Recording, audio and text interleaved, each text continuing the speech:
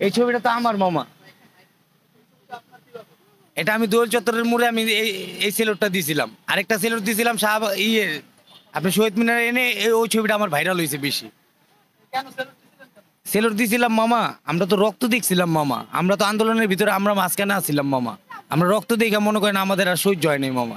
সেই জন্য দেখলাম, আমি তো আর মুক্তিযোদ্ধা দেখিনি মামা, আমি ওদিনকে আমি মুক্তিযোদ্ধা দেখছি মামা। সেই জন্য তাদেরকে আমি একটা সেলুট জানাইছি, আমার সেলুটে সমর্থন জানাইছে ছাত্ররা। আবার রিক্সাওয়ালারও সমর্থন জানাইছে, রিক্সাওয়ালারা কিন্তু আমার এই সেলুটের পরে কিন্তু রিক্সাওয়ালারা মিছিল করছে কিন্তু। আমরা সহযোগিতা করছি, যেরকম একটা ছাত্র পুলিশের আহত হয়েছে, আমরা ঢাকা মেডিকেলে নিয়ে গেছি তার। না ভাড়া লইনি, আমরা কোনো রিক্সাওয়ালা ভাড়া লাইনি, কোনো রিক্সাওয়ালা ভাড়া লাইনি। এই সেলুটটা হইলো আপনার হইলো দোল চত্বরের এনে, এই সেলুটটা হলো দোল চত্বরের এনে। আর যেটা বেশি ভাইরাল হয়েছে ওটা হলো আপনার হলো এই যে শহীদ মিনারের এখানে, যেটা বেশি ভাইরাল হয়েছে। আমার খুব ভালো লাগতেছে মামা, মানে আমি যেন একটা দেশের ছাত্রদের পক্ষের একটা লোক, এটা আমারই মনে হইতাছে। ছাত্ররা আমারে মনে রাখছে।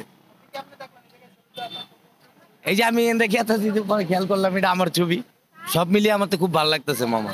না এখন আর কোনো সমস্যা হয় না, এখন আমাদের একটু মনে করেন একটু কর্মজীবী একটু কম, যেরকম অটো অটো গাড়ি চলতেছে, তো আমরা পায়ের গাড়ি মনে করেন একটু চালায়, পায়ের গাড়িতে আমরা টাকা কামাই করতে পারতেছি না মামা, এটা আমাদের সমস্যা। আর আমরা এখন খুবই কষ্টতে আছি, যেরকম আমার শাশুড়িটা মামা অসুস্থ, বুঝছেন মামা, চিকিৎসা করতে পারতাছি না মামা। সরকারের তো ওখানে আমি একটা কামের আবেদন চাইতাছি, আমার যে কোনো একটা ছোটখাটো যদি একটা কাম দেয়, তাহলে আমি মনে করেন কাম কইরা আমার শাশুড়ির চিকিৎসারও ভার করতে পারতাম।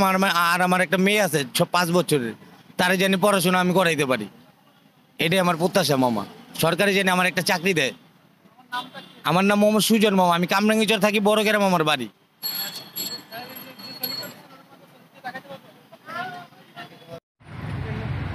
দিলে বুক ফুলাই দিই।